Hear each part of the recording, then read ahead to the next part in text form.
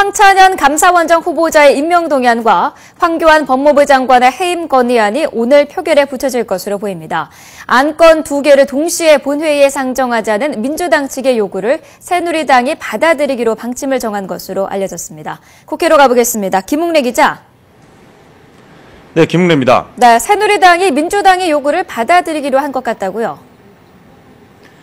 네, 새누리당 원내 지도부의 입장이 민주당의 요구를 받아들이는 쪽으로 기운 것으로 전해졌습니다. 해임 건의안을 상정하는 것 자체에 부정적인 의견도 있지만 여야가 끝까지 평행선을 달리면 감사원장 후보자의 임명 동의안 처리도 어려울 것이라는 판단에서입니다. 이와 관련해 최경환 원내대표는 조금 전 주요 당직자 회의에서 이 같은 원내 지도부의 입장을 밝히고 현재 국회의장과 오늘 일정을 논의하고 있는 것으로 전해졌습니다. 새누리당은 당내 의견을 조율하기 위해 오늘 오후 의원총회를 엽니다. 이 자리에서 황찬현 감사원장 후보자의 임명 동의안과 황교안 법무부 장관의 해임 건의안을 함께 표결에 붙일지 여부가 최종 결정될 것으로 보입니다.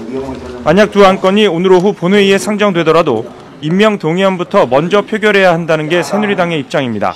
해임 건의안 표결 뒤 민주당이 본회의장을 떠날 것을 우려하기 때문인 것으로 풀이됩니다. 앞서 민주당은 임명 동의안과 해임 건의안을 오늘 동시에 표결하자고 새누리당에 제안했습니다. 해임 건의안의 표결 처리 시한이 사실상 오늘까지인데다 임명 동의안 역시 오늘 넘기면 국회의장의 권한에 따라 직권 상정될 가능성이 높기 때문입니다. 이런 가운데 청와대는 오늘 황찬현 감사원장 후보자의 임명 동의안 처리를 전후해 문영표 보건복지부 장관 후보자와 김진태 검찰총장 후보자를 임명할 것으로 알려졌습니다.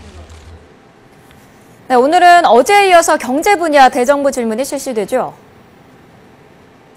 네, 국회는 오늘 국무총리실과 국토교통부, 미래창조과학부 등을 상대로 경제 분야 이틀째 대정부 질문을 진행합니다. 어제에 이어 여야는 박근혜 정부의 경제민주화와 경제 활성화 정책, 정부의 세제 개편안, 기초연금 등을 놓고 상반된 입장을 보이면서 공방을 벌일 것으로 전망됩니다.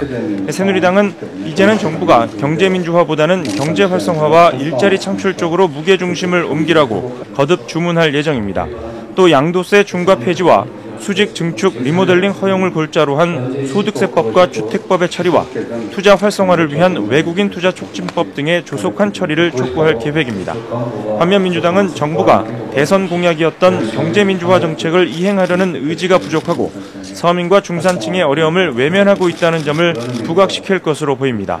그러면서 전월세 상한제 도입과 부자 감세 철회, 법인세율 인상 등을 주장할 것으로 전망됩니다. 지금까지 국회에서 YTN 김웅래입니다.